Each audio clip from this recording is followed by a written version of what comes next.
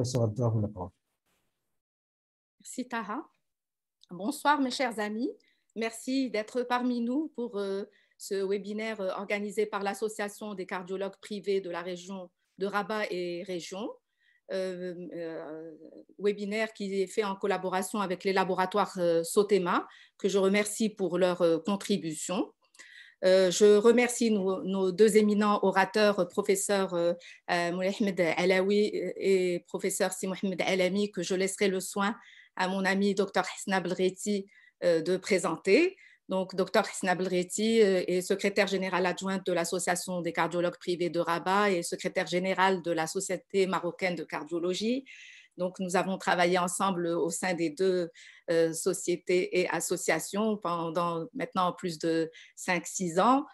Donc, Hesna, merci d'avoir accepté de modérer cette session. Elle a toujours fait preuve de sérieux, de dynamisme et elle n'a elle n'a épargné aucun effort chaque fois qu'on la sollicite.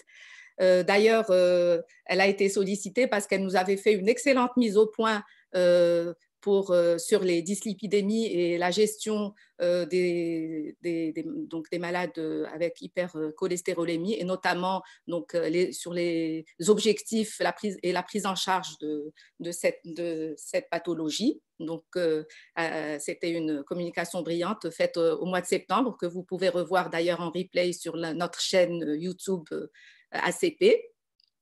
Donc, cette fois-ci, comme l'indique le titre de l'affiche, Which One, on va avoir la dyslipidémie sous une autre facette.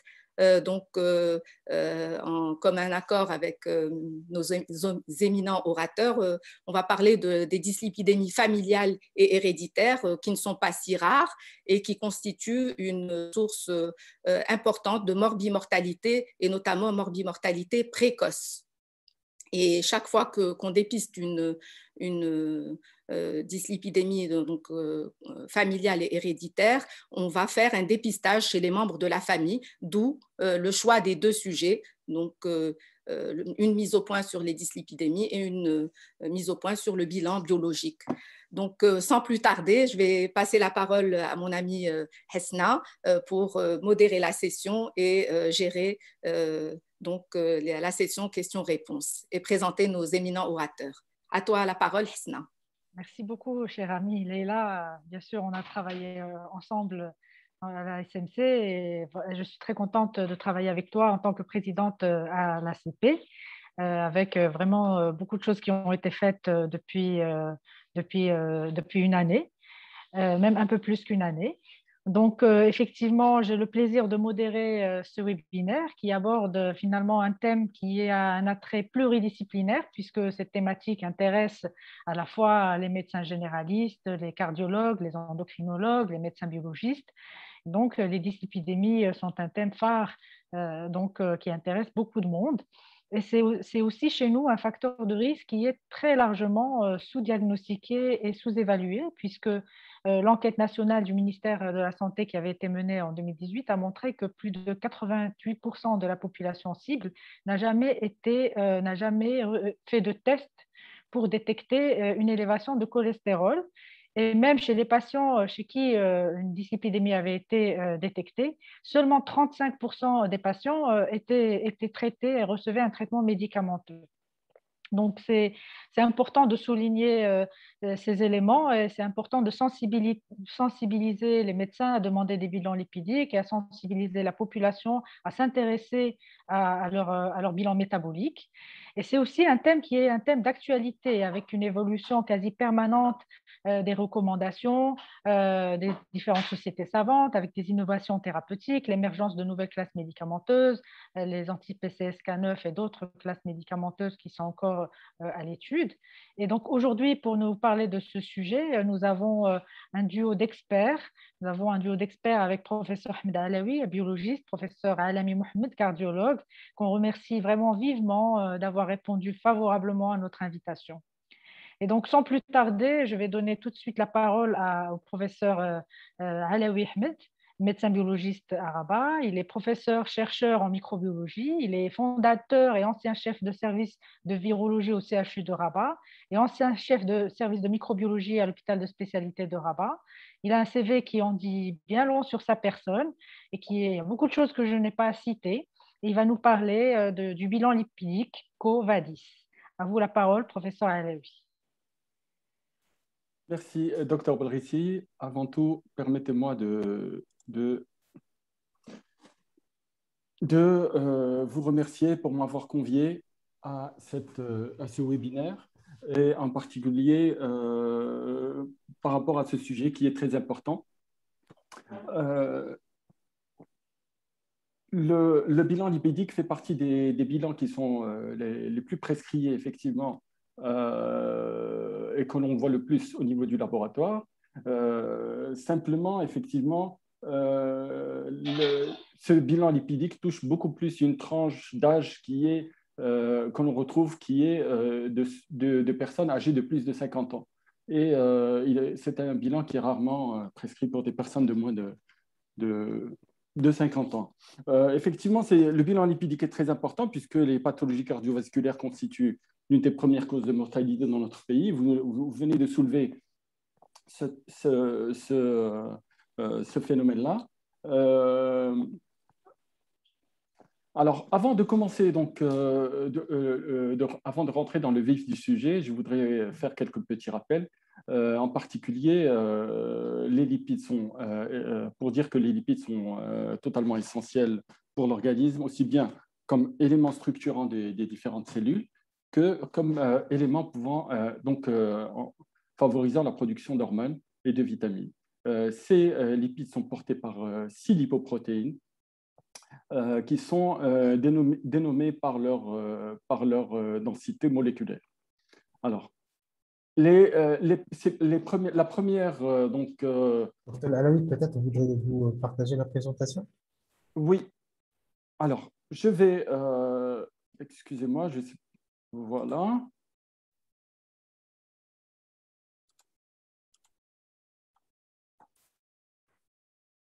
J'avais un petit souci technique, je ne sais pas si vous arrivez à voir la présentation. Très bien, juste en le met en mode diaporama, ce sera parfait.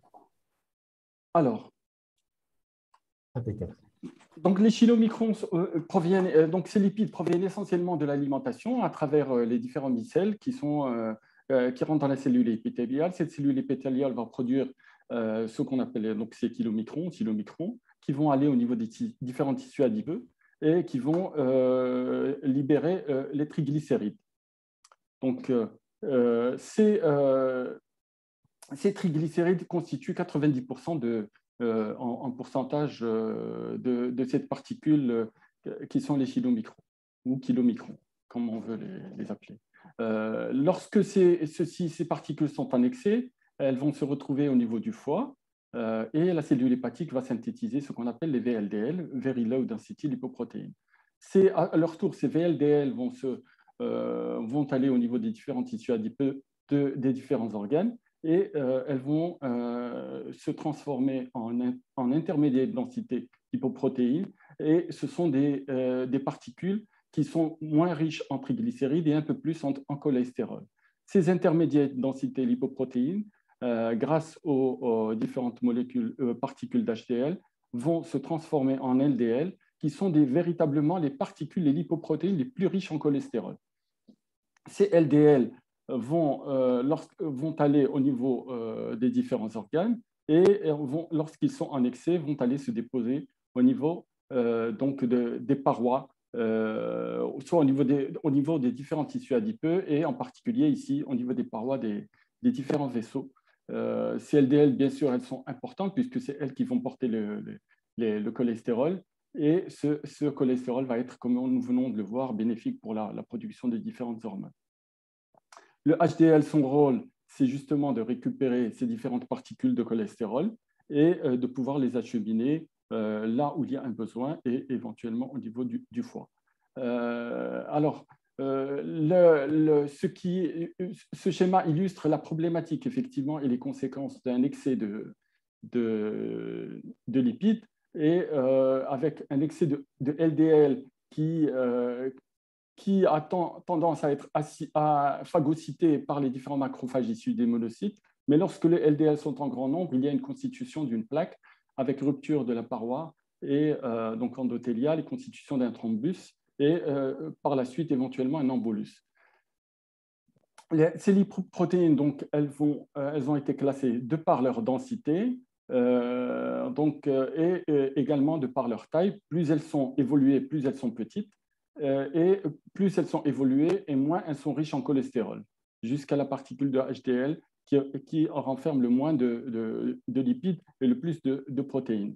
Alors, quelle est la problématique pour nous au niveau du laboratoire? De façon générale, nous essayons de mettre en place des tests qui soient les plus simples, les plus performants et comparables entre nous, entre les différents laboratoires qui disposent parfois d'équipements différents, des analyses qui sont accessibles donc, par rapport au coût et qui sont rapides, puisque en particulier pour le bilan lipidique, c'est un bilan classique qui peut être rendu dans un espace de maximum 2 heures. Les conditions de prélèvement, ce sont des conditions qu'on essaie au maximum de rendre faciles pour le patient, en particulier lorsqu'il s'agit de demander au patient de revenir pour faire un prélèvement lorsque le prélèvement doit être réalisé à jeun. Ce n'est pas toujours confortable pour les patients. Alors, dans notre pratique, nous avons donc l'obligation de faire une veille scientifique par rapport aux différentes techniques, par rapport au choix des valeurs de référence qui peuvent parfois varier entre les différents laboratoires, par rapport aux unités de mesure, par rapport à l'interprétation qui est parfois demandée par certains confrères médecins, et également une veille par rapport aux différentes références. Les renseignements cliniques, nous n'en disposons pas toujours de ces renseignements cliniques pour pouvoir parfois interpréter les bilans comme il se doit et comme cela est conseillé par les normes spécifiques des laboratoires d'analyse médicale. Effectivement, notre souci, c'est avant tout de répondre aux attentes des patients, mais aussi et surtout des attentes de nos confrères prescripteurs. Et ces attentes peuvent être nombreuses, spécifiques et variées, suivant la spécialité de nos confrères ou parfois même au sein d'une même spécialité. Alors, pourquoi le bilan lipidique et quel est son intérêt? C'est d'abord, comme cela a été dit, de poser le diagnostic d'une dyslipidémie, à savoir une élévation du cholestérol total, des triglycérides, éventuellement donc aussi lorsque le HDL est bas et de toute autre anomalie du bilan lipidique. C'est aussi et surtout de permettre à nos confrères cardiologues, nos amis cardiologues, d'établir un score du risque de pathologie cardiovasculaire, de pouvoir, à travers le LDL en particulier, avoir un suivi thérapeutique du patient et de pouvoir mettre en place éventuellement des mesures de prévention et d'établir des éléments de prédiction. Le bilan lipidique permet également de classifier la dyslipidémie en primaire ou secondaire et souvent permet de révéler aussi des pathologies sous-jacentes hypothyroïdiennes ou rénales, diabétiques ou autres.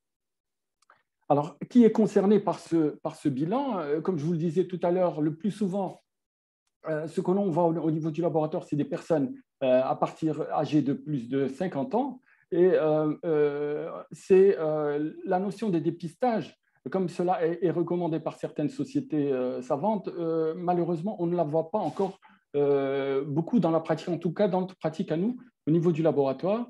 Très peu de sujets jeunes pour lesquels une prescription a été faite ou un souci en tous les cas par rapport à un dépistage de bilan lipidique.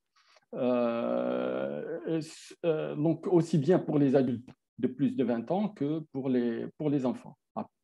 Les personnes qui sont le plus souvent concernées, ce sont celles par le bilan lipidique dans notre pratique de laboratoire, ce sont surtout les patients qui sont suivis pour pathologie cardiovasculaire et les patients traités. Alors, quelles sont les conditions? Le plus souvent, ce sont des conditions de jeûne de 12 à 14 heures qui reviennent de façon régulière. Mais nous, ce qu'on nous préconise au niveau du laboratoire, en tous les cas, au moins dans le cadre d'un screening, c'est de ne pas imposer le jeûne aux patients et de pouvoir réaliser un bilan pour des patients sans qu'ils soient à jeun Et cette notion est tout à fait non seulement admise, mais conseillée par un certain nombre de sociétés savantes européennes et américaines et permettent de donner un confort au patient et lui permettent de venir à n'importe quel moment de la journée et parfois même juste après avoir consulté son cardiologue ou son médecin traitant. Donc, la notion également de jeûne, parfois, on trouve quelques biais dans la mesure, lorsqu'on pose la question au patient, le patient, avant de venir faire son bilan lipidique, parfois, il a tendance à changer son comportement alimentaire. Donc, lorsque l'on dit au patient de venir, si on lui dit de venir de façon tout à fait sans qu'il ait aucune préparation, c'est un élément qui peut être important pour pouvoir éliminer un éventuel biais de dosage au niveau du résultat d'analyse. Pour notre part, au niveau du laboratoire, donc les analyses sont des analyses très simples. C'est une méthode enzymatique colorimétrique le plus souvent. Et j'insiste sur le fait qu'il faut que cette analyse soit automatisée, ce qui est le cas dans la plupart des laboratoires, puisque les méthodes automatisées vont permettre d'assurer de meilleures performances en termes de justesse et d'exactitude des résultats d'analyse qui sont donnés. Le coût est un coût pour l'analyse qui n'est pas élevé, qui ne dépasse pas 50 dirhams. Le temps, je vous le disais tout à l'heure, et l'horaire de prélèvement peut être fait au niveau de la journée, de toute la journée, si on réalise un examen sans que le patient soit à jeun. Alors, quels sont les tests recommandés? C'est le panel classique, en particulier le cholestérol total, qui permet d'établir un score pour un certain nombre de scoring utilisés au niveau par nos confrères cardiologues. Le HDL qui permet lui aussi d'estimer le risque. Ce que je voudrais insister ici, c'est sur le non-HDL. Le non-HDL, pour notre part, c'est un paramètre qui est dans notre pratique qui n'est pas beaucoup prescrit, mais qui a énormément d'avantages et qui est recommandé aussi bien par les sociétés de cardiologie européennes qu'américaines, et également les sociétés d'endocrinologie américaines, et également par la Mayo Clinic qui est une référence que l'on a comme référence dans notre laboratoire.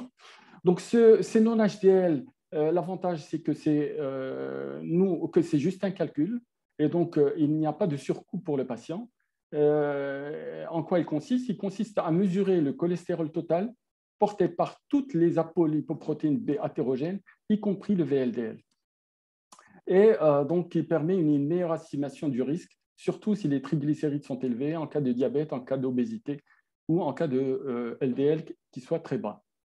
Le LDL, alors le LDL cholestérol, il est soit calculé, soit dosé. Pour notre part, nous avons fait le choix de réaliser un dosage du LDL, donc avec une méthode enzymatique. Le LDL calculé, effectivement, il présente des limites. Ces limites sont du fait qu'il a une faible performance et que parfois on peut rendre des valeurs basses lorsque les triglycérides sont supérieurs à 1,77. La méthode calculée, donc la méthode de Friedwald pour les LDL, est proscrite lorsque les triglycérides sont supérieurs à 3,5. Et ce LDL calculé ne peut être réalisé que lorsque le patient est à jeun.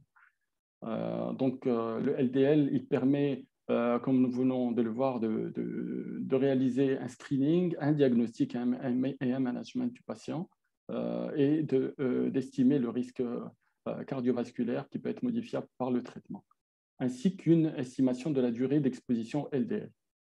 Les triglycérides font partie du bilan lipidique de base. Ils sont souvent liés, leur augmentation est souvent liée à une alimentation riche en graisse. Vous avez ici une image, une photo, un schéma de la particule de VLDL qui est riche aussi bien en triglycérides qu'en cholestérol, riche aussi en apolipoprotéine B, B100 en particulier. Les triglycérides sont un marqueur indirect de l'augmentation de l'apolipoprotéine B il permet une excellente identification du risque cardiovasculaire, surtout lorsque les patients ont un LDL qui est bas. Le non-HDL, cependant, par rapport aux triglycérides, reste un meilleur reflet de la circulation des apolipoprotéines B. Sur cette slide, juste pour vous montrer un exemple de rapport que l'on a au laboratoire et qui sont donnés par nos différents amis biologistes, à savoir le cholestérol total, le cholestérol HDL, le non-HDL qui est une valeur calculée, le cholestérol LDL, les triglycérides et les différentes références pour le choix des valeurs les références bibliographiques de choix de sociétés savantes qui permettent de justifier le choix des valeurs de référence et des différentes interprétations lorsque cela est possible de les donner. Alors, quels sont les autres tests qui sont recommandés par les sociétés européennes et américaines, aussi bien le SC, le AS et les sociétés américaines de cardiologie et d'athérosclérose? Cette apolipoprotéine B, c'est le composant premier des LDL. Son importance réside dans le fait qu'il est généralement corrélé pour le risque cardiovasculaire, pour un risque cardiovasculaire avec des LDL, des non-LDL, sauf lorsque le triglycéride augmente en cas de diabète, en cas de syndrome métabolique, en cas de LDL très bas. Par contre, si les apolipoprotéines B sont augmentées, il y a un risque accru de pathologie cardiovasculaire, peu importe le taux de non-HDL ou de LDL, c'est dire l'importance de pouvoir parfois prescrire le dosage de ces apolipoprotéines B, dont le coût, encore une fois, n'est pas très élevé, qui peuvent facilement être réalisés dans nos laboratoires. Cette facilité de réalisation donc, dans les laboratoires n'est pas le cas pour la LP petit a, la lipoprotéine petit a, qui, elle, rencontre quelques difficultés dans la mesure où il n'y a pas de standardisation concernant cette méthode, concernant les méthodes d'analyse de cette lipoprotéine. D'une autre chose, cette lipoprotéine petit a n'est pas conseillée systématiquement de la prescrire. Ce que nous avons retrouvé comme conseil, c'est de la réaliser au moins une fois dans la vie d'un patient elle permettrait de révéler un désordre dyslipidémique qui serait d'ordre héréditaire. L'apolipoprotéine A1L figure dans le panel des apolipoprotéines, mais elle est de moindre importance que les différentes apolipoprotéines que l'on vient de voir. Ici, je vous ai exposé les différentes valeurs qui dépendent de l'âge, les valeurs de référence pour les différents paramètres que je viens de citer. Simplement pour vous dire que ces valeurs restent les mêmes que le patient soit à jeun ou non à jeun. Le seul paramètre pour lequel cela change, ce sont les triglycérides. Cela est assez logique dans le sens où ils vont dépendre directement de l'alimentation. Alors, sur cette slide, un autre paramètre qui est très intéressant, qui est très peu prescrit, en tous les cas, nous n'avons pas rencontré de prescription assez fréquemment par rapport à ce paramètre, le profil lipidique ou encore l'électrophorèse des lipides. C'est un examen qui est simple, qui est accessible et qui permet parfois de révéler l'étiologie et la phénotypie de certaines dyslipidémies. Ici, un exemple de différents tracés, d'intégration de tracés et de gel, donc de photos de gel d'électrophorèse de lipides. Alors, les tests génétiques, ils trouvent leur intérêt lorsque l'on est face à une enquête ou une suspicion de pathologie dyslipidémique héréditaire. Et je crois que le professeur Alami en parlera un peu plus, simplement pour dire, pour ces tests génétiques qui ne sont pas toujours disponibles, qui sont un petit peu onéreux et qu'ils se basent essentiellement sur une technologie qui est une technologie NGS de séquençage génétique. En conclusion, je voudrais rappeler l'importance et remercier encore une fois l'association des cardiologues privés de Rabat de m'avoir donné cette opportunité de rappeler l'importance de la collaboration clinico-biologique et de notre souci de répondre aux attentes des patients, mais également des médecins prescripteurs de façon générale, et aussi en particulier de nos amis cardiologues, d'insister sur l'importance de réaliser un dépistage, en particulier chez les adultes jeunes, du bilan lipidique, d'insister sur l'importance d'élargir ce bilan lipidique parfois sans que cela ait un surcoût pour les patients, en particulier lorsqu'il s'agit des non-HTLC. Et je voudrais enfin finir sur le fait que ce bilan lipidique, régulièrement, chaque 2 ans ou chaque année, de nouvelles recommandations et de nouvelles réorientations sont publiées, et la tendance vers plus de personnalisation, plus de prévention et vers plus de génétique. Voilà, je vous remercie.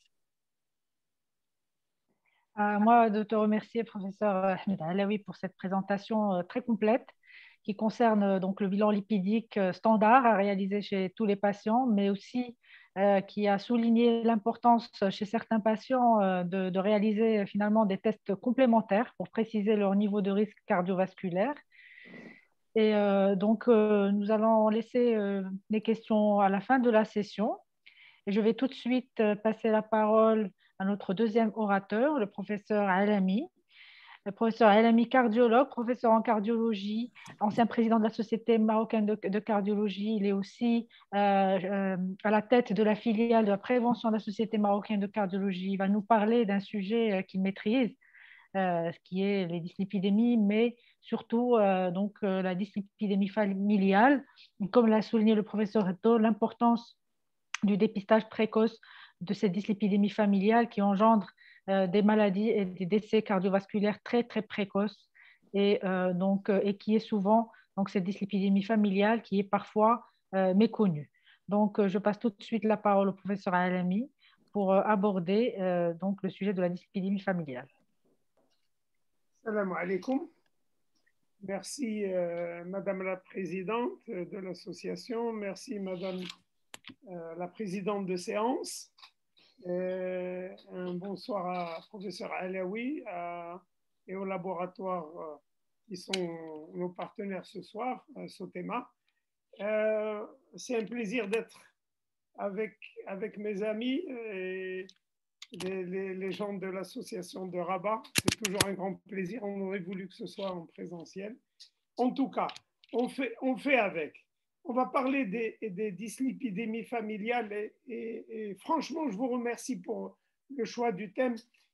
D'abord, on rafraîchit les idées et puis il y a beaucoup de choses à faire dans ce domaine-là. Donc, je voudrais qu'on commence avec un bilan comme ça et quand on reçoit un patient comme ça qui a un cholestérol à 3,18, qui a un LDL à 2,30, des triglycérides à 1,79, eh bien, en pratique, c'est des choses qu'on voit souvent.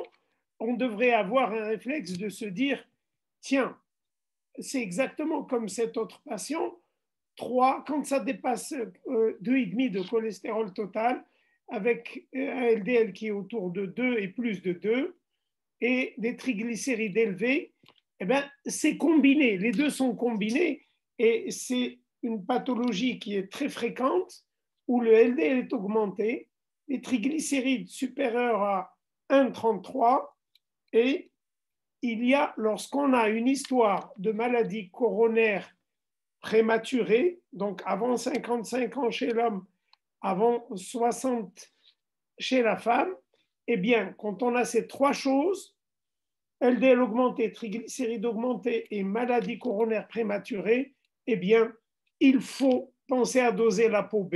On a eu déjà l'occasion d'en parler, on reparlera avec professeur Alaoui, parce que je crois que c'est le devoir des sociétés, des associations pour pousser les confrères à faire des tests d'ApoB rapidement et avoir des résultats rapides sans que ça ait besoin d'aller en France et de revenir, parce que les gens ne le demandent pas souvent. Voilà. Et si on a ça, c'est une FCH, familial combined hypercholestérolémia. Donc en français, l'hypercholestérolémie ou l'hyperlipémie combinée familiale. Elle combine le cholestérol et les triglycérides qui sont tous les deux augmentés. Et dans la définition, il faut qu'il y ait une ApoB qui est supérieure à 1,20. Voilà. Donc, lorsqu'on a des triglycérides supérieurs à 1,33, LDL élevé, une maladie coronaire, une histoire de maladie coronaire à un âge jeune et des ApoB supérieurs à 1,2, eh bien, on est en droit de dire qu'il s'agit très probablement, sur le plan pratique, d'une hyperlipémie combinée. Et cette hyperlipémie combinée, vous voyez, elle a une prévalence qui est assez forte, puisque c'est une personne sur 100 à 200, et elle est multigénétique, c'est-à-dire qu'elle n'est pas portée par un allèle, mais par plusieurs gènes. Et donc, le diagnostic génétique n'est pas facile, mais c'est quelque chose de très fréquent. Beaucoup de nos patients ont cette pathologie. Il faudrait y penser assez souvent. Maintenant, lorsque le taux de cholestérol dépasse les 3 grammes, en général entre 3 et 4, et que les triglycérides sont encore plus élevés que ce qu'on a vu tout à l'heure, on n'est plus dans l'hyperlipémie combinée, c'est des taux qui dépassent ceux classiques de l'hyperlipémie combinée qu'on vient de voir. Lorsqu'on a des taux comme ça, autour de 3-4 grammes de cholestérol, des triglycérides à 6 à 8, eh bien, on est en droit de se demander et de voir un petit peu est-ce qu'il n'y a pas des xanthomes, des éruptions au niveau palmaire, au niveau des paumes de la main. C'est très important. Et si jamais on a ça, on suspecte fortement la 10-bêta-lipoprotéinémie familiale. Donc, on devrait avoir le réflexe de voir un petit peu les paumes des mains, surtout lorsqu'on a des triglycérides à 7, 8 et un cholestérol à 4. C'est des chiffres qui sont plus importants que ce qu'on a l'habitude de voir et dans l'hyperlipémie familiale combinée. Voilà. Alors, cette 10-bêta-lipoprotéinémie, ça mérite qu'on s'attarde 2 minutes sur qu'est-ce que c'est, comment ça se fait qu'on ait des triglycérides aussi élevés à 6, 7, 8 grammes par litre et d'avoir du cholestérol autour de 3-4 grammes. Eh bien, le mécanisme, c'est quoi? Le problème est dans l'ApoE. L'ApoE, comme vous voyez à droite de l'écran, l'ApoE sert à prendre les chylomicrons rémanents pour qu'ils réintègrent le foie.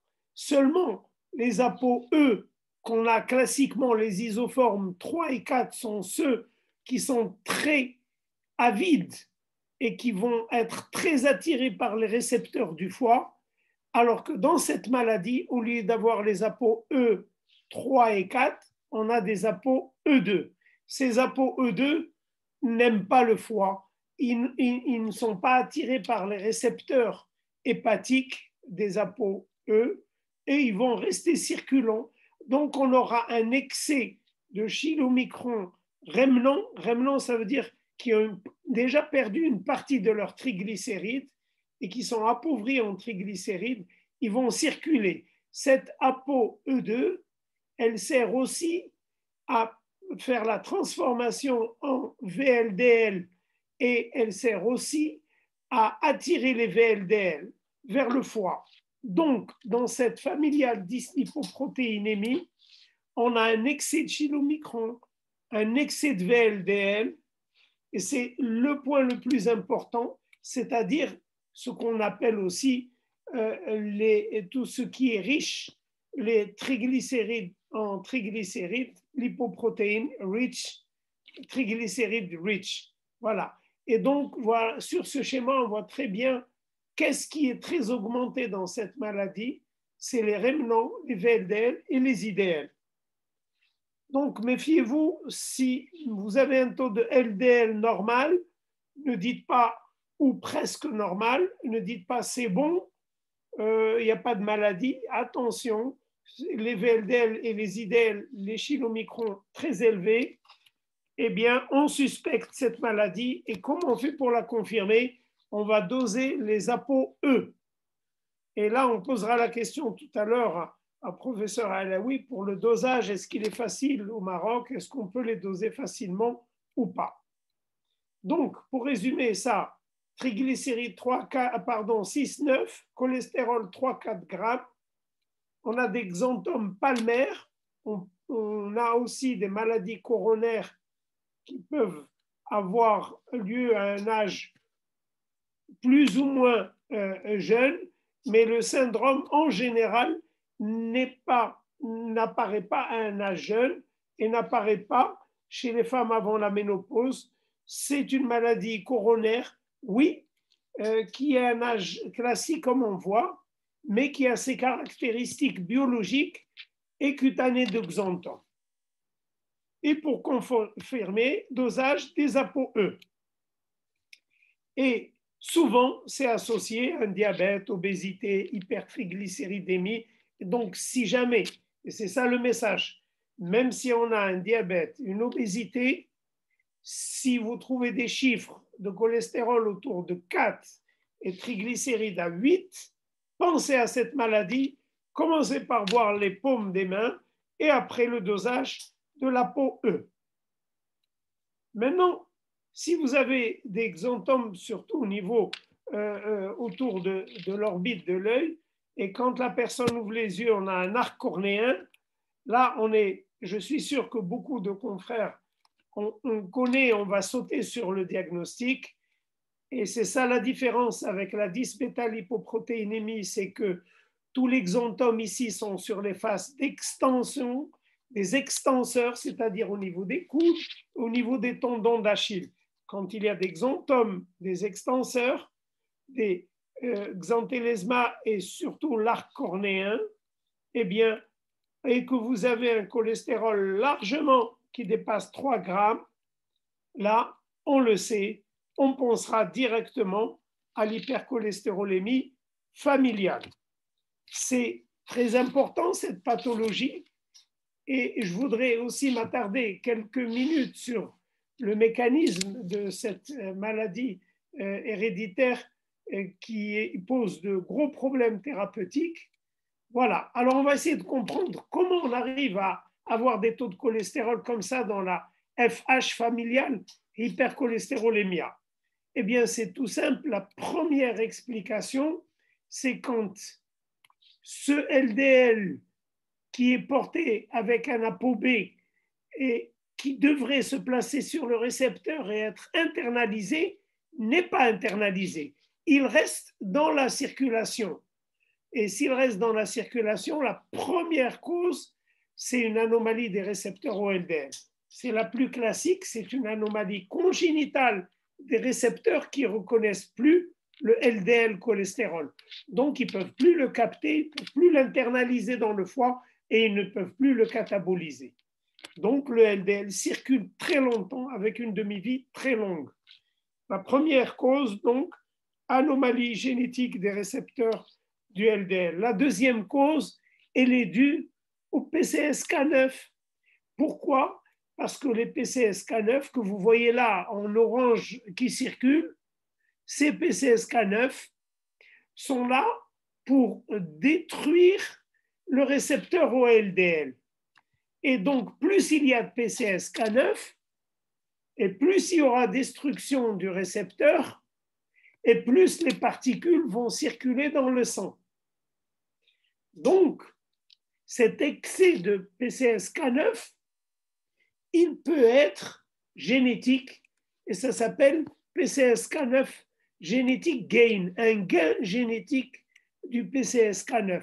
Alors, quand il y a beaucoup de PCSK9, eh bien, ça va détruire le récepteur et augmenter également le taux circulant de cholestérol.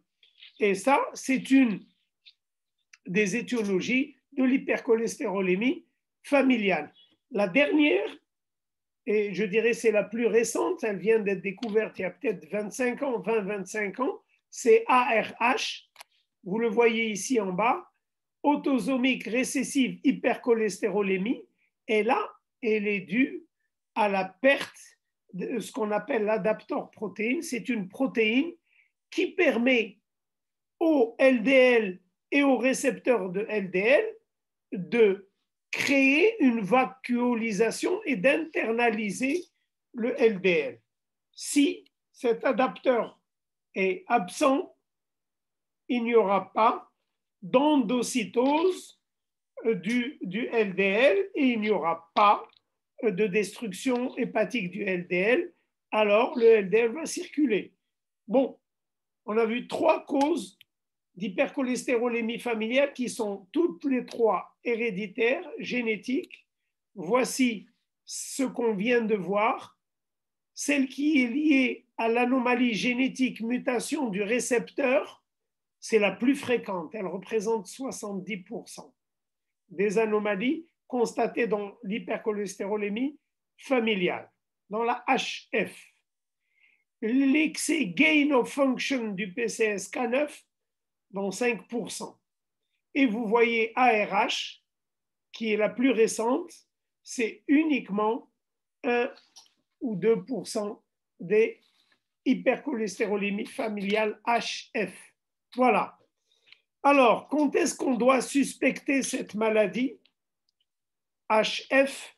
Eh bien, selon les recommandations, on va la suspecter quand on a un taux de cholestérol total qui dépasse 3 grammes par litre, sans traitement chez un adulte ou chez un membre de la famille.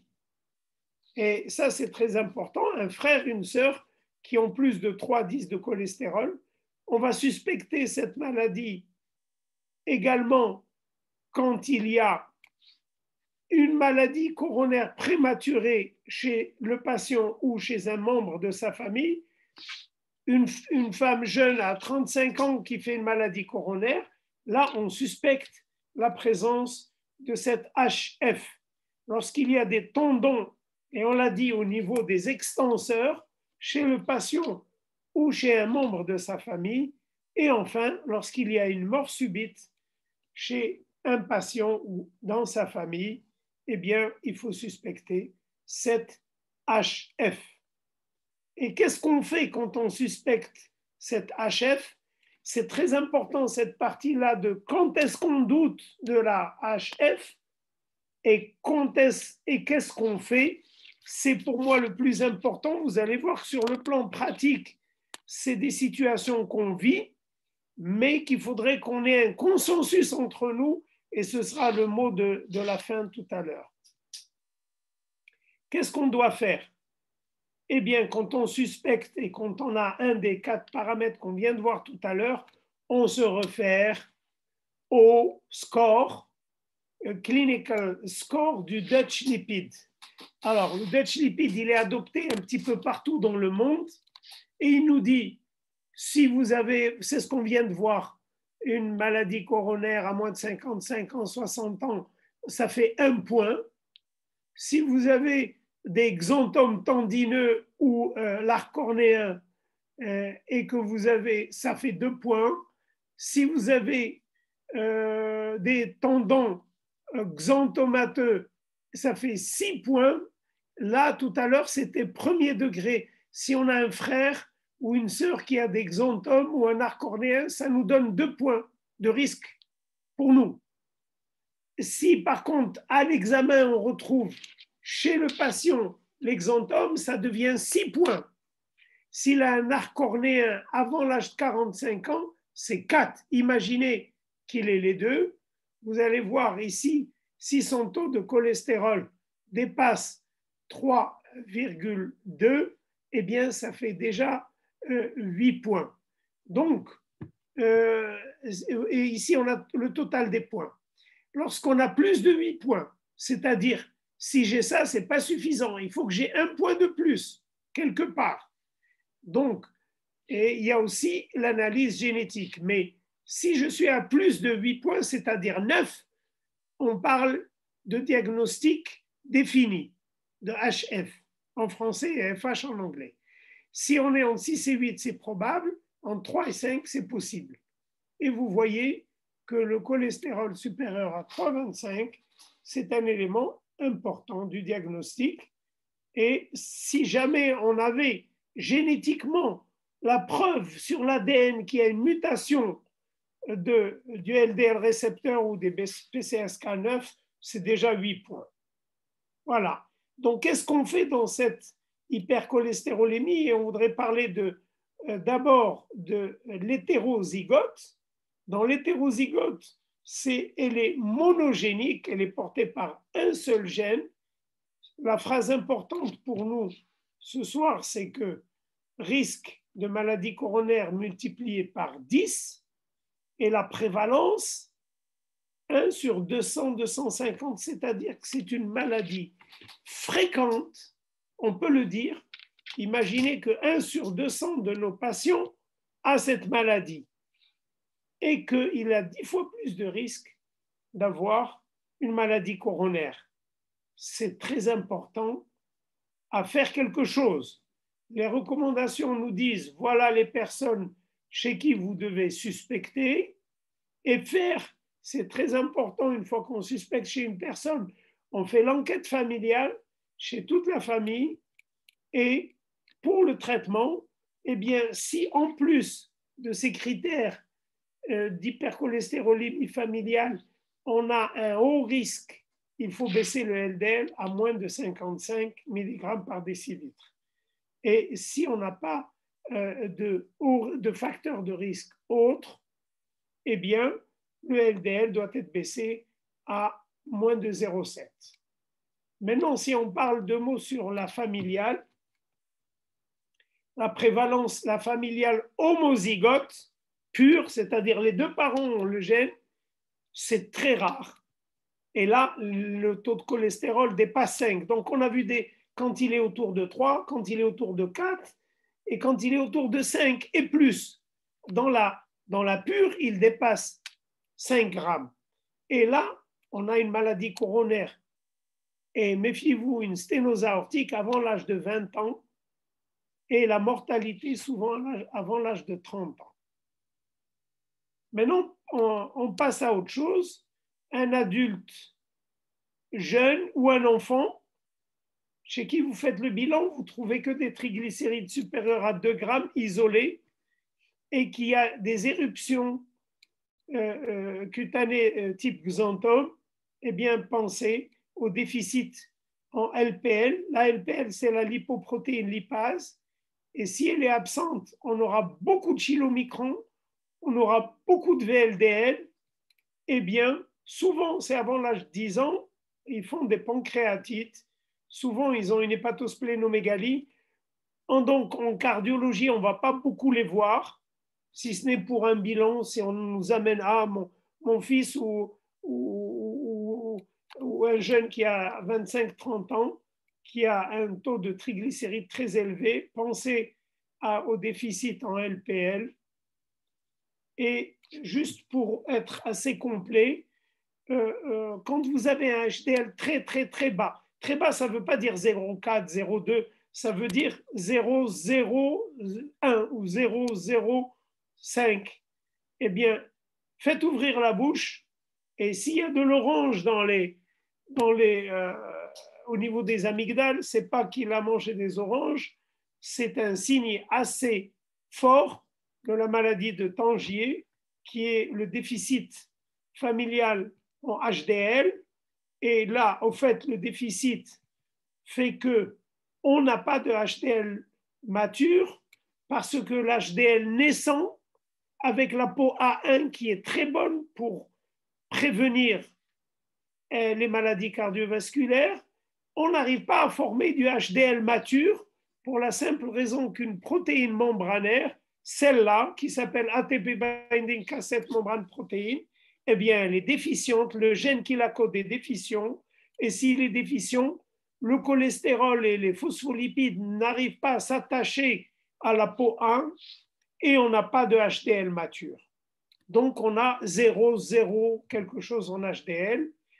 et le cholestérol total est inférieur à 1,5, là aussi, on ne verra pas beaucoup ces gens parce qu'ils ont surtout des neuropathies. Et je termine par le fish eye disease, la maladie de l'œil de poisson, c'est le déficit en L4. C'est un peu le L4, elle est là. Quand il y a un déficit, c'est que, et vous voyez ABC de tout à l'heure, ici on enrichit en phospholipides et en cholestérol le HDL. Ici il était naissant, ici il est riche. Tout à l'heure la maladie se passait là. Maintenant, si cette lécithine, cholestérol acyltransférase est absente, on n'aura pas de HDL mature. C'est également un taux bas, des opacités cornéennes. Voilà l'œil de poisson. C'est des dépôts au niveau de la cornée qui font cet aspect de l'œil. Une insuffisance rénale, anémie hémolytique. Si je vous ai parlé de toutes ces maladies, c'est qu'ils sont chez nous dans les recos de 2019 de la Société européenne dans les dyslipidémies. Donc, en tant que cardio, on est quand même censé connaître même toutes les autres. Et 2 mots sur le traitement pour terminer. Juste, c'est que, bien sûr, on va donner une statine forte pour baisser le cholestérol. Et on le sait, si on veut baisser beaucoup le cholestérol avec une statine, au maximum, on ira vers la Torva 80 ou vers la Rosuva 20-40. Et quelle statine? C'est des intensités fortes. Et coucou à Sotema et à leur nouvelle Rosuva. Bon courage. Et bien sûr, on n'oublie pas de faire le bilan. Et je voudrais dire 2 mots sur la plasmaphérèse, puisque quand on a, surtout dans l'homozygote, des taux de cholestérol à 8-9 grammes, bien sûr, les statines ne suffiront pas. Eh bien, la plasmaphérèse va aider beaucoup. Elle s'est développée depuis ces dernières années et il y a des machines très intéressantes. Et heureusement, maintenant, en Europe, aux États-Unis, il y a les inhibiteurs PCSK9. Sachez, et c'est important à connaître, qu'ils ont leur accord pour la FDA dans certaines maladies. Et vous voyez, par exemple, l'évolucumab dans l'homozygote, il a été testé, il y a eu des études, et l'alirocumab a été testé dans l'hétérozygote. Les deux ont été testés, bien sûr, dans la maladie cardiovasculaire habituelle. Et il y a d'autres médicaments qui arrivent. Il n'y a pas que les statines PCSK9, il y a l'omitapide, c'est quoi?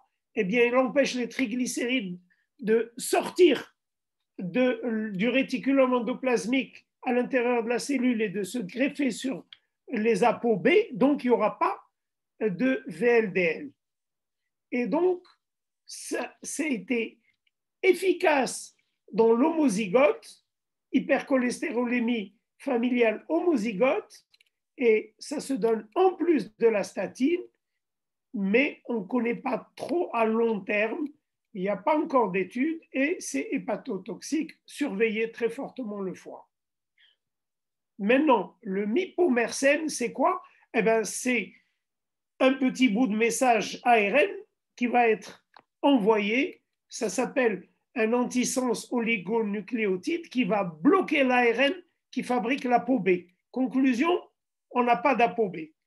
On n'a pas d'ApoB, et s'il n'y a pas d'ApoB, eh bien, il n'y aura pas de formation de VLDL, ni de LDL.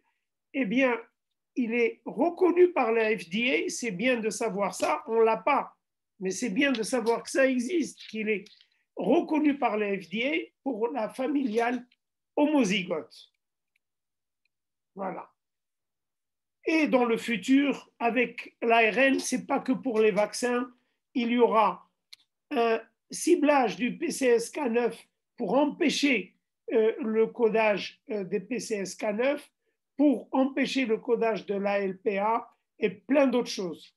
Mon mot de conclusion, je voudrais revenir sur l'hypercholestérolémie familiale, qui est surtout l'hétérozygote. Vous voyez, elle est très fréquente et il y a un gros risque de maladie coronaire. Je crois qu'on a tous un devoir envers ces gens-là. Et très fréquente, gros risque. Gros risque, je vous lis ce qu'il y a dans les recommandations 2019. La prévalence de cette maladie hétérozygote, elle est de 1 à 200, 1 sur 200 personnes, et ça fait 14 à 34 millions d'individus dans le monde, et il n'y a qu'une petite minorité de ces malades qui sont proprement identifiés et traités, une minorité. Et je vous dis, j'enlève ça pour vous montrer que si on ne traite pas les hommes et les femmes avec cette hétérozygote, ils développent une maladie coronaire avant 55 et 60 ans, et donc forte mortalité chez des personnes jeunes. Je crois que c'est quand on a le mot maladie fréquente et gros risque cardiaque, je crois qu'on a un devoir de mobilisation de tous, des cardiologues, parce qu'il faut faire quelque chose.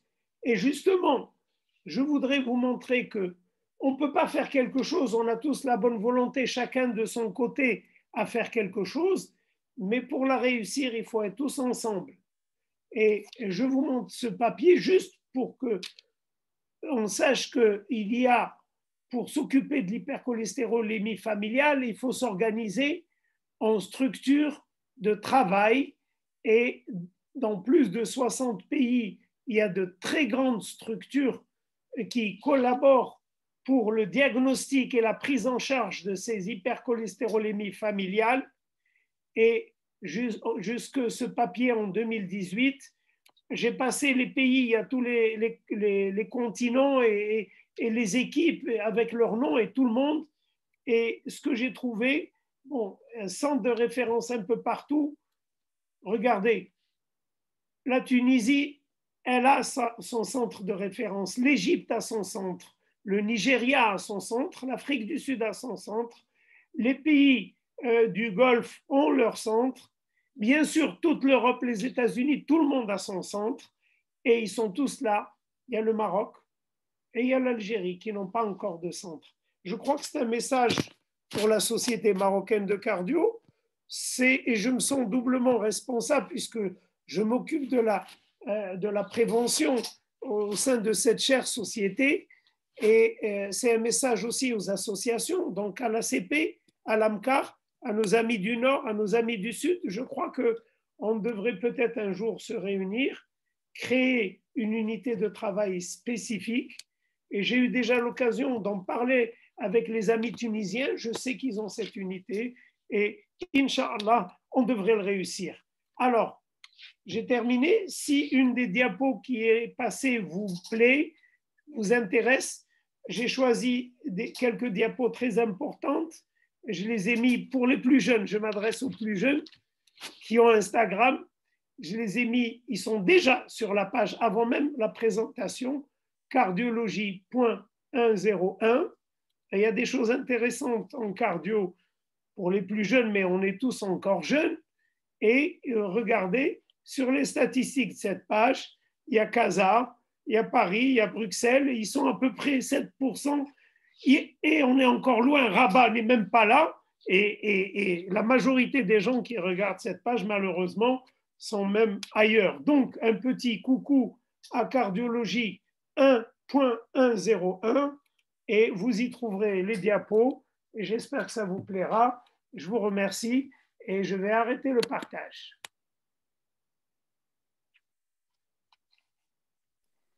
Merci beaucoup, professeur Alami, pour votre grande générosité scientifique dont nous avons maintenant l'habitude et cette présentation très complète et très passionnante et pour les messages effectivement de sensibilisation et pour le dépistage de l'hypercholestérolémie familiale, mais aussi les messages pour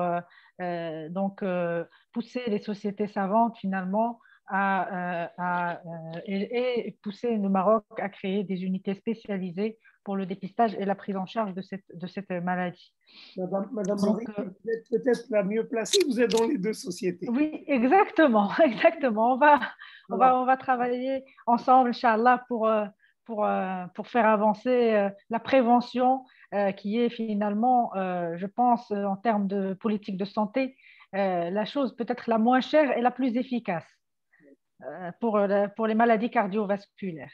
Donc, souvent, on pense à des procédures qui sont coûteuses pour sauver des patients, mais franchement, la prévention sur une population, sur une large population, peut vraiment aider à réduire la prévalence et éviter des coûts exorbitants de beaucoup de choses. Donc, on devrait effectivement travailler beaucoup sur cet axe et je vous rejoins parfaitement sur ce point.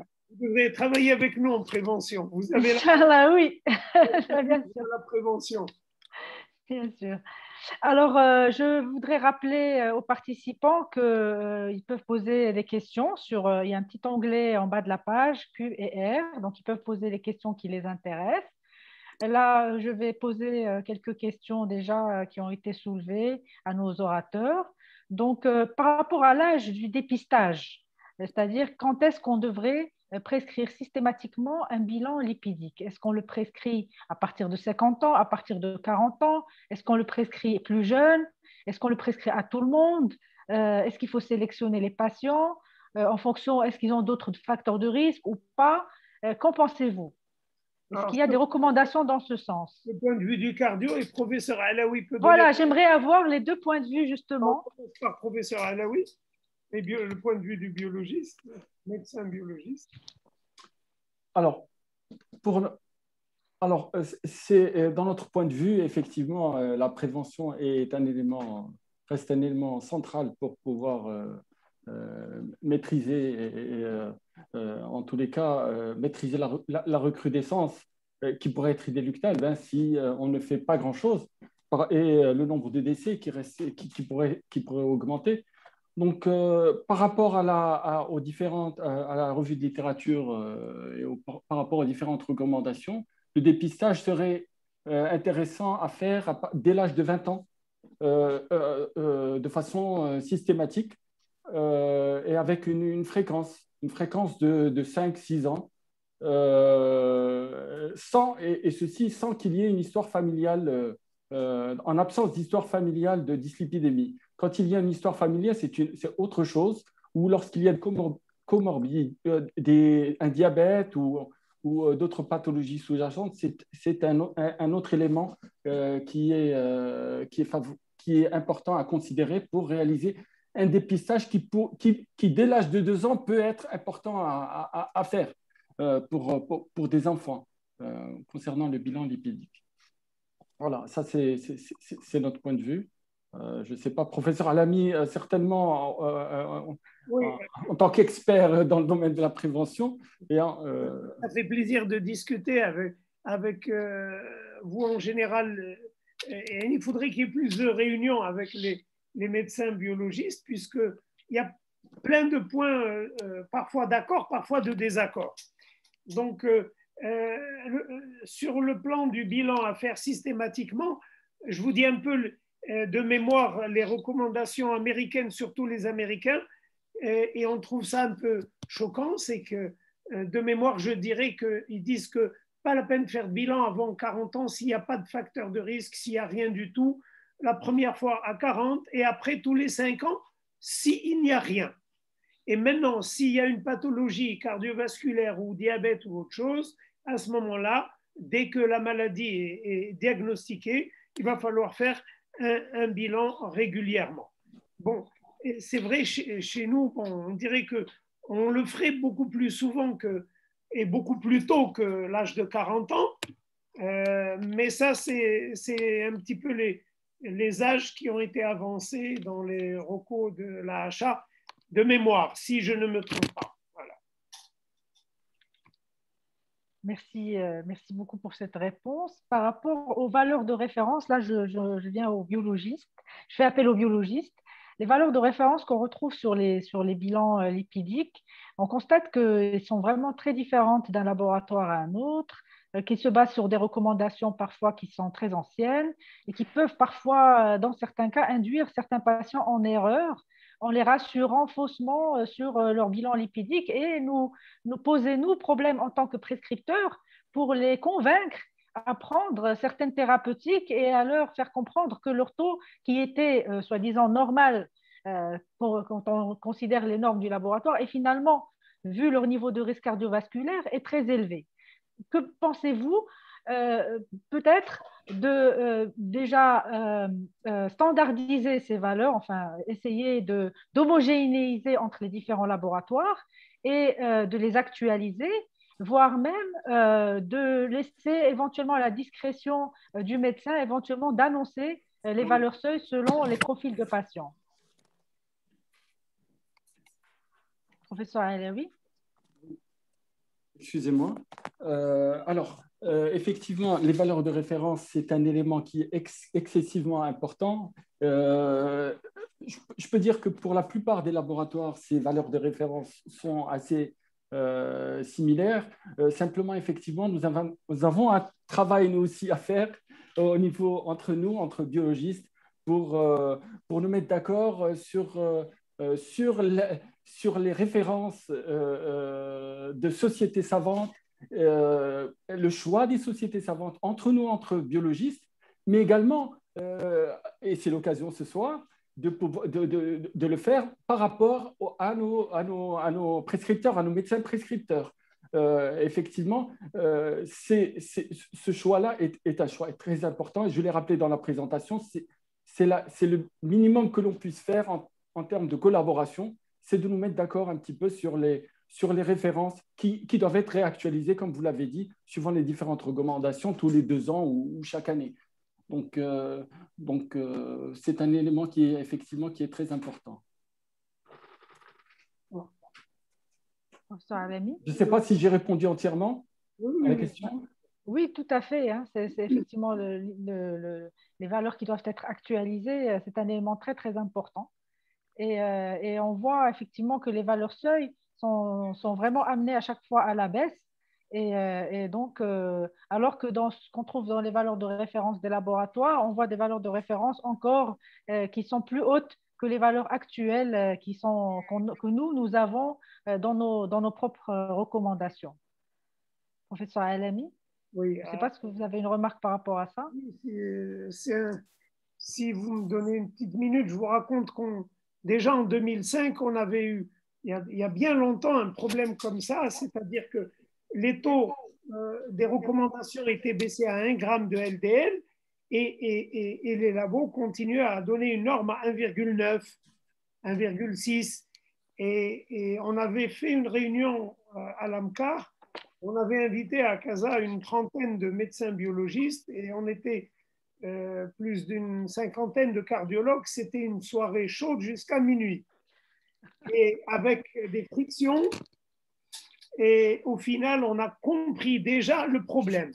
Et je crois que comprendre le problème, c'est déjà à moitié le résoudre. C'est que nos amis médecins biologistes, lorsqu'ils ont, pour tout le reste en dehors du cholestérol, ils ont des normes. Des normes, le mot normal vient de la définition de 95% de la population, la moyenne de la population. Voici les taux qu'elle a. Et donc, quand ils disent que le cholestérol est normal, souvent, ils prennent comme valeur la population, les normes d'une population, plutôt que la norme à nous. Quand on dit nous normal, ça veut dire qu'il a baissé à une valeur normale pour un risque normal. Pour nous, normal, c'est qu'on l'a descendu à un risque normal. Et alors que pour eux, c'est normal, c'est qu'il est dans la moyenne de la population. Or, c'est un langage, on ne peut pas parler comme ça, il faut qu'on se mette d'accord ensemble, mais sur ce point-là, le cardio ne va pas lâcher parce que c'est vital, il faudrait qu'ils baissent leurs valeurs. Et c'est vrai qu'il y a des efforts depuis 2005, chaque labo fait un petit peu le sien, s'ils pouvaient homogénéiser. Et je crois que pour réussir, il faut refaire des réunions tous les 2 ans ou à chaque fois qu'il y a des nouvelles recos, faire des réunions. Parce que je vois que c'est les mêmes discussions qu'on ressort et on n'a pas beaucoup avancé. C'est dommage. Et à minuit, ce qu'on a dit, on était un peu, les cardio, un peu vexés avec. On a dit, écoutez, ça c'est nos normes, elles sont comme ça. Et si un patient vient et nous dit, regardera, elle est à 1,9, on va lui dire, ça c'est des valeurs qui sont dépassées, qui sont anciennes. Ça fait bouger un peu les choses. Mais là, je crois qu'en discutant avec le professeur Alaoui, avec les autres personnes, des médecins du laboratoire, on pourra se mettre gentiment tous d'accord sur les normes. Tout à fait.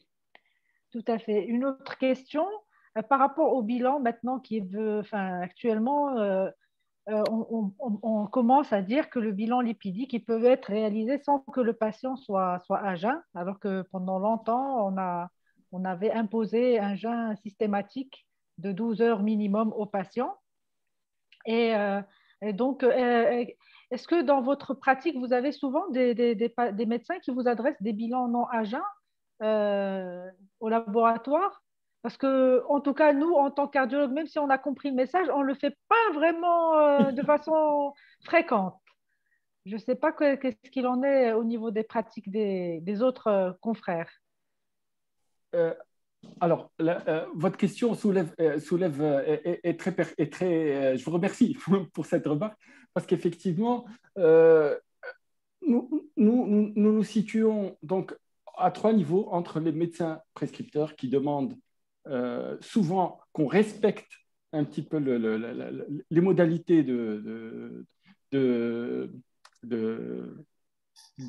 d'analyse, en particulier le jeûne, la demande des patients qui veulent faire des analyses de façon confortable dans n'importe quel moment de la journée, et l'évolution des recommandations scientifiques. L'évolution des recommandations scientifiques permettent, en particulier américaines ou anglo-saxonnes, permettent aux patients, au moins dans le cadre d'un screening, de lui faire bénéficier d'un prélèvement non à jeun, sans qu'il soit à jeun.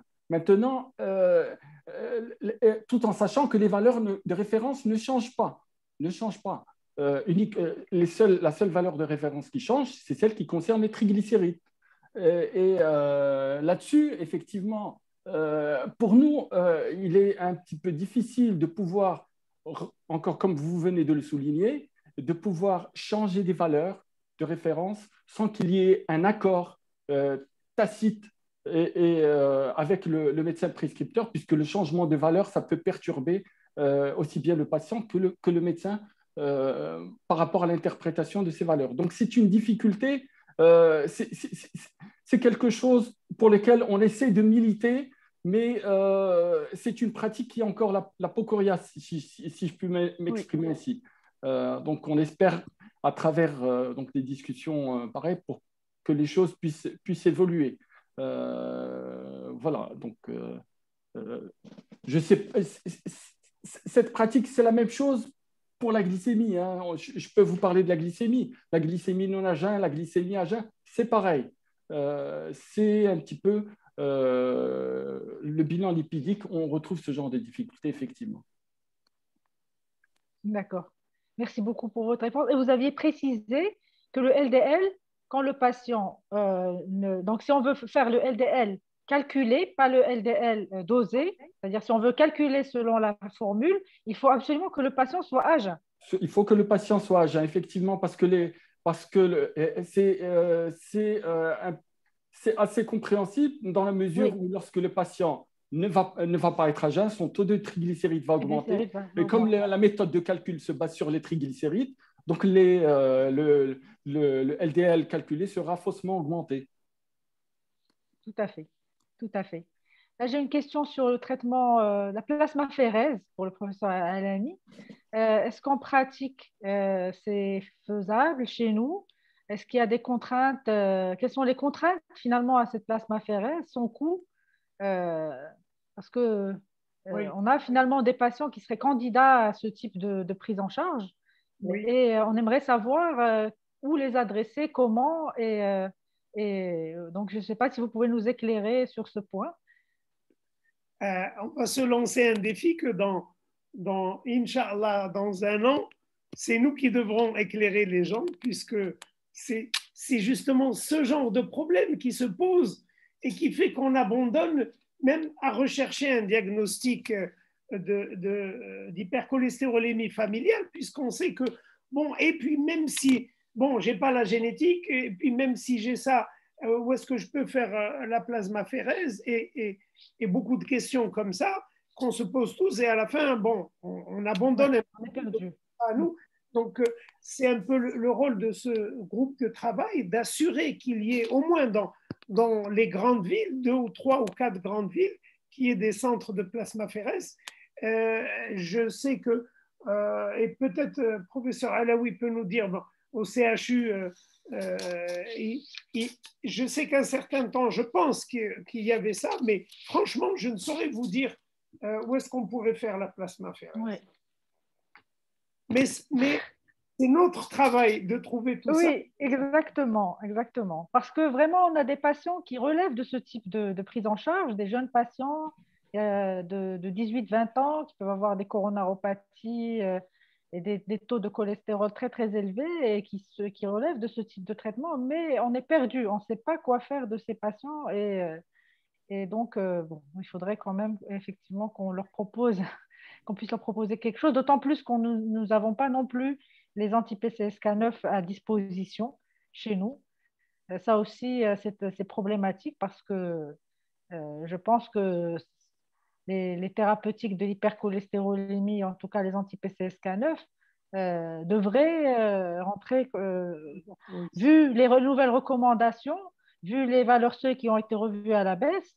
Et donc, si on veut faire notre travail correctement, on devrait avoir à disposition des thérapeutiques de ce genre pour pouvoir prendre en charge correctement les patients. Parce que de là à annoncer à un patient un chiffre et lui dire qu'on est dans l'incapacité de l'atteindre, c'est un peu frustrant pour nous et pour tout le monde. Je ne sais pas ce que vous en pensez. Une autre question sur l'association statine-fibrate. Je pense chez les patients, ça a été posé dans le groupe. Pour les patients, je pense, qui ont des dyslipidémies mixtes, est-ce que vous avez la main facile à prescrire l'association? Chez qui vous allez aller à l'association? Et quels sont les paramètres à surveiller? Oui, ben on sait. Chez ces patients. L'association, dans les recommandations, elle est en 2B.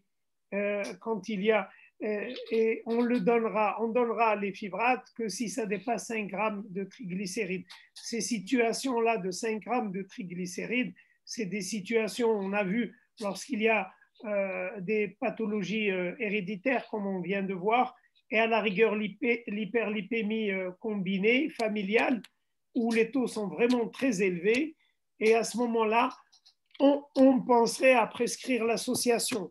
Maintenant, si on n'est pas dans les pathologies familiales et on est dans la dyslipidémie classique, ben, on va demander d'abord un régime pour les triglycérides, la glycémie, et puis même tant que ça n'arrive pas à 5 grammes, eh bien, dans les recommandations, le 2B, ça veut dire on peut le faire, mais ce n'est pas une bonne recommandation.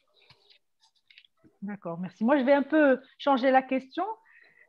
Plutôt statine ou fibrate dans les hypertriglycéridémies. Oui, ben, parce que, comme vous l'avez dit dans d'autres présentations, le non-HDL cholestérol représente en lui-même un facteur de risque cardiovasculaire et les statines seraient peut-être à privilégier chez ces patients. Donc, je voudrais avoir encore une fois votre avis sur la question. C'est très important, mais voilà.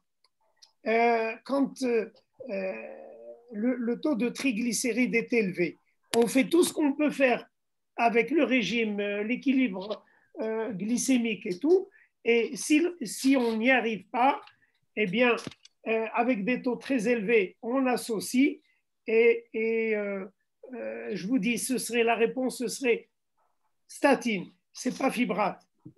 Lorsque on a des triglycérides élevés, je sais que l'historique, tout le vécu, quand il y a triglycérides élevés égale fibrate, ça c'est quelque chose de classique depuis 30 ans, je pense, et d'ailleurs, quand les statines sont apparues, on a eu beaucoup de mal à faire changer les mentalités et à faire prescrire la statine pour le risque cardiovasculaire. Risque cardiovasculaire égale statine.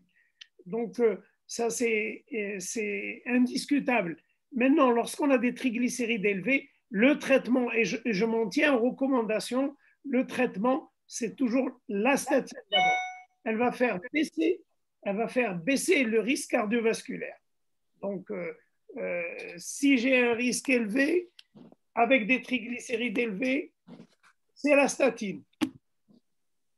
Merci pour la réponse très claire et qui confirme justement votre position au cours des précédents webinaires. Donc, Oui, c'est la position de l'ESC, oui, que c'est dans les recours.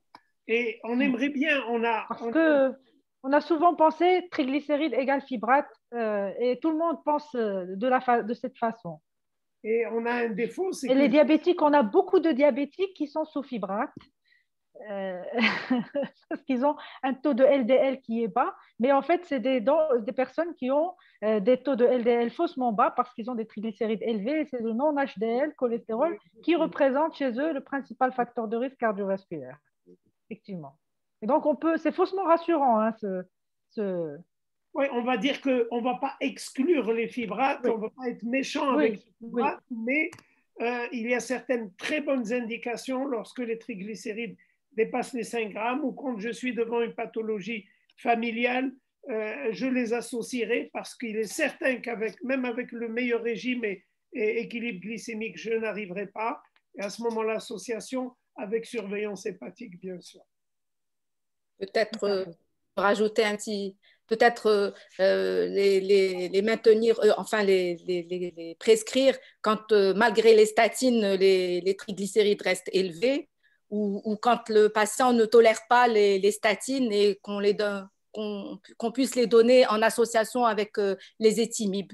Deux autres petites situations à rajouter pour les fibrates, pour ne pas les exclure. Les exclure complètement. Je ne sais pas ce que vous en pensez. Oui. Alors, il y a une question qui a été posée tout à l'heure par le professeur Alami pendant sa présentation. Il voulait l'adresser au professeur Alaoui pour le dosage de l'ApoE dans les 10 bêta lipoprotéinémie familiale. Est-ce qu'on a accès à ce dosage de l'ApoE dans nos laboratoires? Alors, la problématique cette question pose la problématique de la disponibilité des analyses. Alors, malheureusement, on dépend, nous, biologistes, de nos partenaires fournisseurs de réactifs. Et nos partenaires fournisseurs de réactifs n'importent ces réactifs que s'il y a une demande. S'il n'y a pas de demande, ce sont des coûts inutiles pour eux. Et donc, ils ne vont pas aller déposer une demande auprès d'agrément pour pouvoir importer. Et donc, c'est un petit peu la difficulté que l'on rencontre. Et donc, à défaut d'avoir une demande prescrite, les analyses sont à ce moment-là sous-traitées à l'étranger, ce qui est quand même malheureux parce qu'on a toutes les compétences et il y a un besoin de ce genre d'analyse. Et malheureusement, c'est récurrent en plus. Ce n'est pas juste une problématique concernant le bilan lipidique ou concernant… On retrouve cette problématique un petit peu dans toutes les disciplines. La médecine évolue très rapidement et il y a un peu de retard par rapport, malheureusement. Il y a aussi les conditions socio-économiques qui jouent aussi. Très souvent, bon, ça nous arrive à nous d'avoir des patients qui, quand ils ont une prescription, quand on leur annonce le prix, ils sont un petit peu refroidis. Ça, c'est aussi un autre élément qui est un petit peu… Mais bon, et c'est difficile d'expliquer aux patients que c'est une prescription et que le prix ne dépend pas forcément de nous. Hein. Il y a une nomenclature là-dessus. Donc voilà un peu les difficultés que l'on rencontre. Donc, encore une fois, c'est la prescription qui poussera un petit peu à faire bouger les choses. Et la discussion est répéter la prévention, parce que les patients ne sont pas, malheureusement, bon, parfois, effectivement, on a des patients qui viennent nous voir et nous disent « Dites-nous, qu'est-ce que je peux faire comme bilan préventif ?» Bon, on leur dit d'aller consulter. D'abord, est-ce qu'ils ont un médecin personnel ou un médecin familial? Mais c'est très rare, je veux dire, les patients qui se posent la question de faire de la prévention. Ce n'est pas fréquent. Et je crois que c'est un petit peu un élément que tous les acteurs de la santé devraient se pencher sur ce problème, le problème de la prévention. Et également, puisque finalement, le coût en santé publique sera, comme vous l'avez dit, beaucoup moindre. Beaucoup moindre. non seulement en termes financiers, mais en termes de perte de vie. Donc voilà, la prévention, encore une fois, on y revient. On y revient d'un autre côté. Voilà. Donc, Alors, je vais reprendre quelques questions qui ont été posées par l'assistance. Une question qui a été posée au professeur Alami. Pour les cut-offs, pour le diagnostic des dyslipidémies familiales, est-ce qu'ils sont valables chez des patients qui sont préalablement traités? C'est-à-dire qu'ils sont déjà sous statine? Non, non, non, Bien non. sûr. C'est-à-dire, oui, c'est des cut-offs sans traitement. Ça, c'est, ouais. Une fois qu'il y a le traitement, on est perdu, on ne sait plus. Oui, oui. Est-ce qu'il faut arrêter le traitement, faire les... En fait, c'est un point très intéressant parce que les statines, on peut les arrêter s'il y a une hypercholestérolémie pendant 10 jours, 15 jours, ça ne changera pas le pronostic. D'ailleurs, quand il y a des douleurs musculaires ou des choses et qu'on a besoin de clarifier la situation, on peut se permettre de dire au malade, vous l'arrêtez un mois et puis après, on verra. Donc, on peut arrêter un mois ou un mois et demi, refaire le bilan et puis reprendre la statine. D'accord. Et en cas de HDL bas inférieur à 0,4, qu'est-ce qu'il y a, qu'est-ce qu'il y a à faire en pratique? C'est des maladies rares. Pas le HDL, pas alpha lipoprotéinémie avec le HDL très très très bas. Non, ça c'est le HDL bas classique qu'on retrouve chez les gens sédentaires. Ben, on va lui dire bon, il faut bouger un peu puisque on peut le faire augmenter, consommer plus de poissons et les oméga 3. Maintenant, on sait avec l'étude Reducit qu'il y a une réduction des événements avec les oméga 3 et donc les PUFA, polyunsaturated fatty acids, donc les acides gras polyinsaturés. Donc, mais sinon, en thérapeutique, pour l'instant, il n'y a rien. Hein. On peut dire ce qu'on veut qu'il y a des médicaments qui augmentent un petit peu, mais rien de concret. Les statines, même si on dit qu'elles peuvent augmenter un tout petit peu, c'est du rikiki, ça n'a aucune considération clinique ni impact sur la vie. Donc, il n'y a que ça pour l'instant. On se rappelle qu'il y avait des études avec justement la L4, des bloqueurs de la L4, et puis ça n'avait abouti à rien. Tout à fait. Alors, je pense que j'ai fait le tour des questions. Je ne sais pas, professeur Otto, si vous avez repéré des questions que je n'ai pas posées. Le chat. Non, je pense que tu as fait le tour. Il y a on a fait le tour des questions. Oui. Un jeune qui a une oui, cholestérol. Oui, mais il n'a pas précisé est-ce que c'est le cholestérol total ou LDL. C'est une question qui reste un peu vague. Donc, alors, je vais peut-être, avant de te repasser la parole, Leïla, demander peut-être un petit mot de conclusion à chacun de nos orateurs. Un petit mot de conclusion, professeur Alaoui. Je voudrais renouveler mes remerciements à l'association des cardiologues privés de Rabat pour m'avoir convié, en particulier à professeur Hattor, à vous-même et à professeur Alami, pour m'avoir permis de vous faire cette communication. Je voudrais juste, ça m'a permis de renouveler un petit peu les soucis que l'on a, nous, en tant que biologistes, par rapport aux difficultés que l'on a par rapport aux conditions socio-économiques des patients, au comportement des patients et par rapport aux difficultés d'harmonisation des pratiques et de standardisation des pratiques entre nous, ce qui permet d'une meilleure prise en charge des patients. Et voilà, et je voudrais juste insister encore une fois sur la disponibilité de tests qui sont facilement réalisables au Maroc et d'insister sur le volet préventif.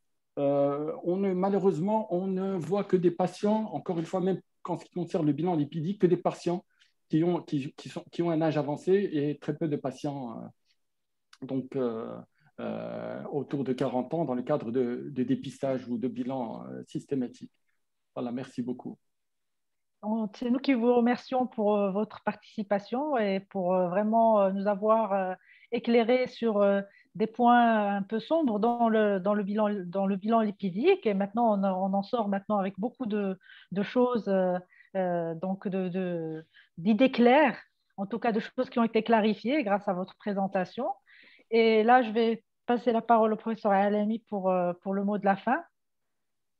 Je pense que ce qui est important, c'est que avec nos amis médecins biologistes, il faut qu'on se réunisse souvent.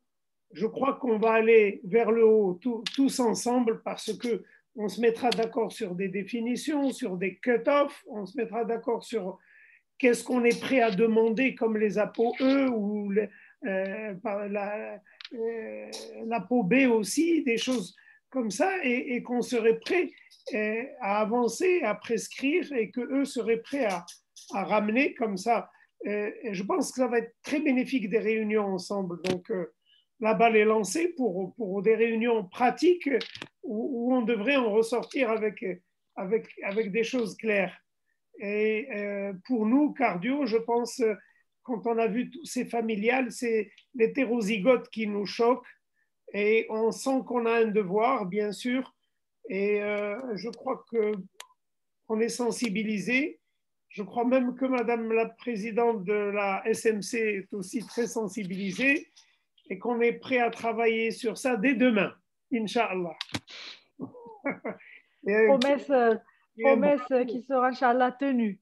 Inch'Allah. Et un grand bravo à l'ACP, à professeur Dor et à tous les membres, à toi pour tout le travail que tu fais. Et un coucou à tous les amis de Rabat, vous me manquez. Voilà.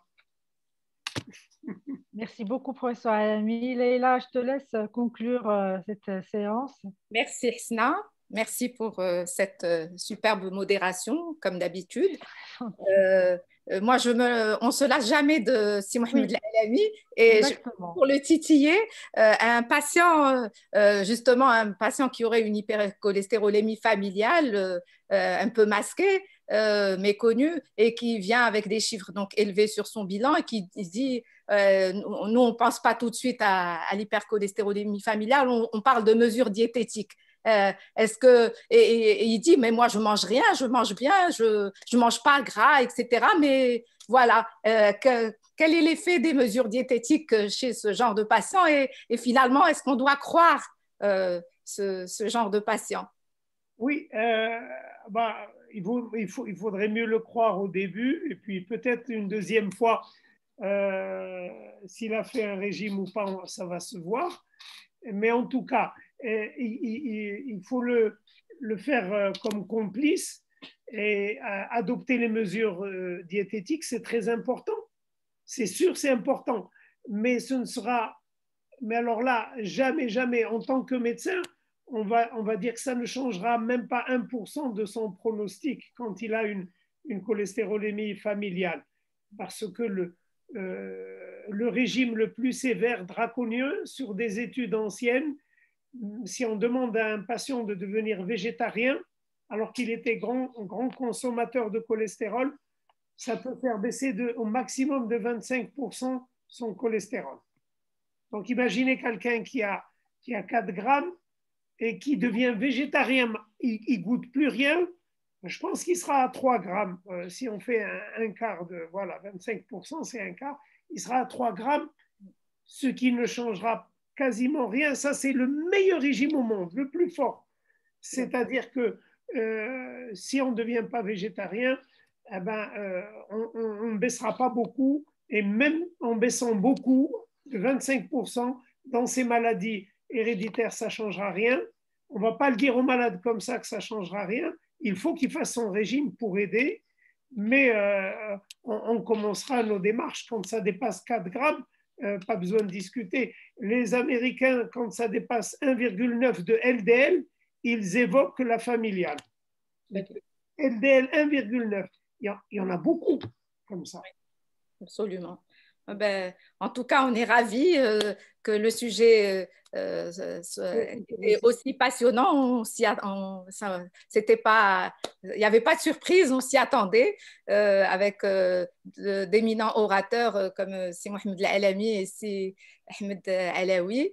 Et une modératrice aussi brillante que Hesna Belghiti. Oh. En tout cas, merci beaucoup aux participants d'être encore parmi nous. Merci au laboratoire Sotema pour leur collaboration. Merci à Taha Sfiani pour son soutien informatique absolument parfait comme d'habitude. Et bon, on est encore malheureusement derrière nos écrans et je pense on le sera encore pour le mois de Ramadan si le confinement est maintenu à l'heure du ftour.